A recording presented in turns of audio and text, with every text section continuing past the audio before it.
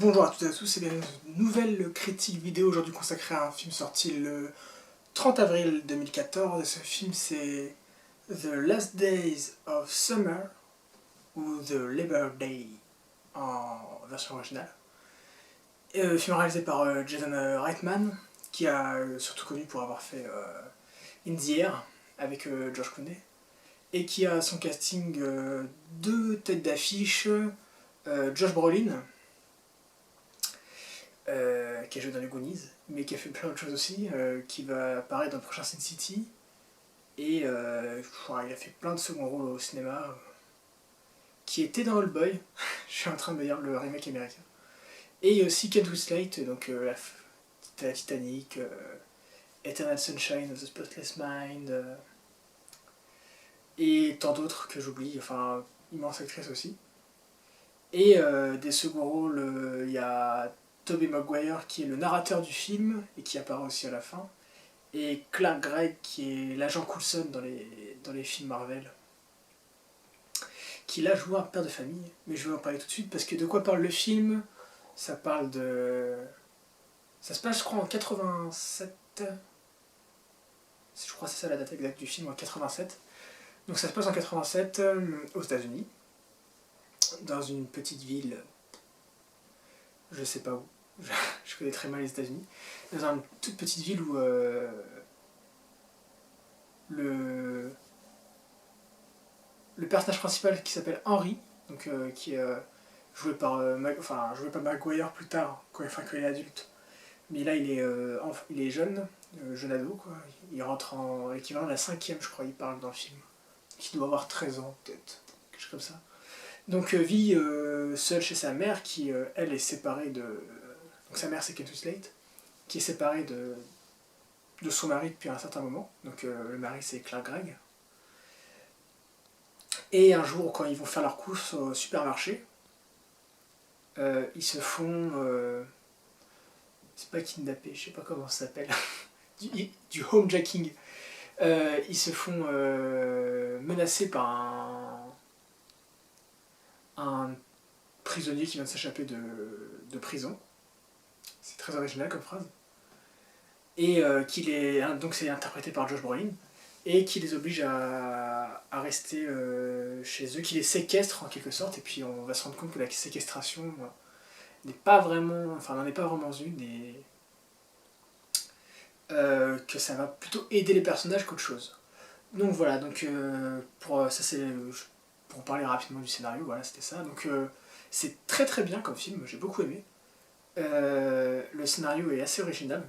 J'aime bien. Enfin, j'ai bien aimé In the Air, parce que c'est d'habitude Jason Reitman il fait plutôt de la comédie noire, enfin pas noire, c'est de la comédie un peu satirique. Je sais pas si on peut. Ouais, si satirique. Enfin, c'est un peu un humour assez particulier, assez bah noir, je vois pas d'autres mots en fait. Et là, il s'essaye à quelque chose de plus dramatique, c'est moins comique. Même si on rigole quand même un petit peu dans le film, il y a quelques scènes quand même drôles dans le film. Et il s'en sort très très bien, donc là il adapte il adapte un livre, puisque l'histoire est à la base d'un roman. Et, et donc j'ai pas lu le bouquin, je précise. Et ça fait un super scénario. Avec des personnages assez bien construits, j'aime beaucoup. Enfin, en gros, les trois personnages principaux du film, qui sont la mère, le détenu et le fils, sont très bien développés. J'aime beaucoup. Euh, J'aime bien les personnages de gros dur au cœur tendre. Donc le personnage joué par Josh Brolin, je l'aime bien dans le film, parce que c'est en fait un... Donc, il s'enfuit de prison, il les oblige à le ramener chez eux, parce qu'ils vivent un peu reclus, parce que depuis que la mère s'est séparée, il aurait fallu que je fasse un descriptif scénario plus détaillé. En gros, depuis que la mère s'est séparée, elle vit un peu toute seule, enfin, si elle vit toute seule avec son fils, mais elle vit reclus sur elle-même, recroquevillée sur elle-même. Elle sort plus, elle s'en est pas remise en fait de la séparation. Et on apprendra pourquoi dans le film plus tard, parce que c'est un film américain, donc du coup, chaque conséquence a une cause qui est expliquée dans le film. C'est toujours comme ça. C'est un reproche que je peux faire au film d'ailleurs. Et donc, ouais, voilà, le détenu, comment il s'appelle ce détenu? J'ai oublié son nom. Donc le détenu, ouais, voilà, oblige la petite famille à l'emmener chez eux, et il va rester là-bas. Et en fait, il va aider la famille. Au début, il va faire genre il les ligote, euh, pour que s'ils se fassent prendre par la police, eux puissent dire qu'il les a ligotés. Et après, il va arrêter les ligoter, il va juste leur demander de pas faire trop de bruit, quoi, de pas le balancer. Et Kate Winslet va...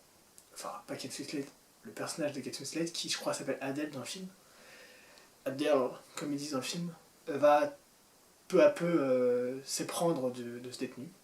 Et j'aime beaucoup enfin, j'ai beaucoup aimé cette histoire et le développement des personnages, qui sont donc tous magnifiquement interprétés par des acteurs qui là sont vraiment pas au sommet de leur art, mais pas loin.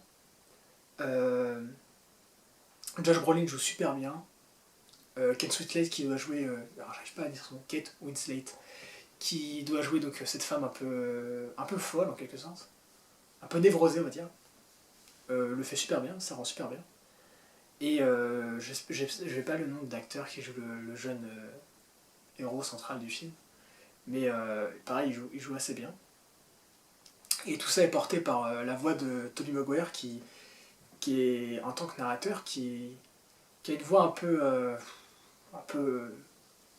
d'enfant en quelque sorte. Enfin, naturellement, je veux dire, il a une voix un peu fluette comme ça de jeune ado qui aurait à peine muet. Et donc ça va très bien au film, ça donne un aspect un peu conte à l'histoire, puisque qui dit narrateur dit vraiment récit raconté, donc un peu ambiance conte, voilà, conte ou fable, hein, comme vous voulez.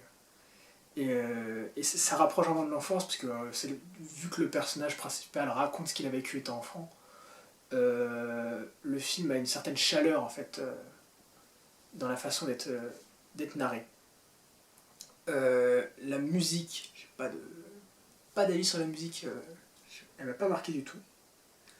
Les morceaux, enfin, les compositions collaient bien aux, aux images. Il y a des scènes de suspense un petit peu qui sont bien portées par la musique. La réalisation de Jason Reitman est superbe. Les plans sont magnifiques. Ça fait plaisir dans des plans comme ça au cinéma. Et, euh, et il a cette façon de réaliser Jason Reitman. Donc je suis pas là pour faire une analyse de son style de mise en scène, mais si on voit des films de lui, on reconnaît qu'il a une sorte de petite patte artistique dans chacun de ses films. Et là, on retrouve ça, c'est des plans... j'appelle ça du cinéma assez manuel. Beaucoup de plans sur les mains, en fait, qui travaillent, il y a des scènes de cuisine, en fait, dans le film, et quand ça malaxe la pâte et tout. Et ça, on retrouve souvent ça dans ces films. Et j'aime bien cette façon de filmer, moi, personnellement. Et, et donc la mise en scène est superbe dans le film, enfin superbe. Je m'emballe un petit peu. Et bien, on peut dire. C'est bien fait, c'est un bon réalisateur. Hein. Le rythme est bien fait, on s'ennuie pas une seconde dans le film. Euh, alors qu'est-ce que je pourrais parler d'autre? Je crois que j'ai fait à peu près le tour. Mise en scène, acteur c'est bon, la musique c'est bon, la photo elle est superbe donc c'est bon. Le film est bien. Je vous conseille vivement d'aller le voir si vous l'avez pas vu. Euh, j'ai réfléchi 2 secondes, je pense que j'ai tout dit. Oui, bon, j'ai tout dit, je vais conclure. Donc, Last Day of Summer, c'était super bien. Je vous conseille vivement d'aller le voir si vous ne l'avez pas encore vu. Je vous souhaite d'aller voir d'autres bons films et je vous dis ciao et à une prochaine.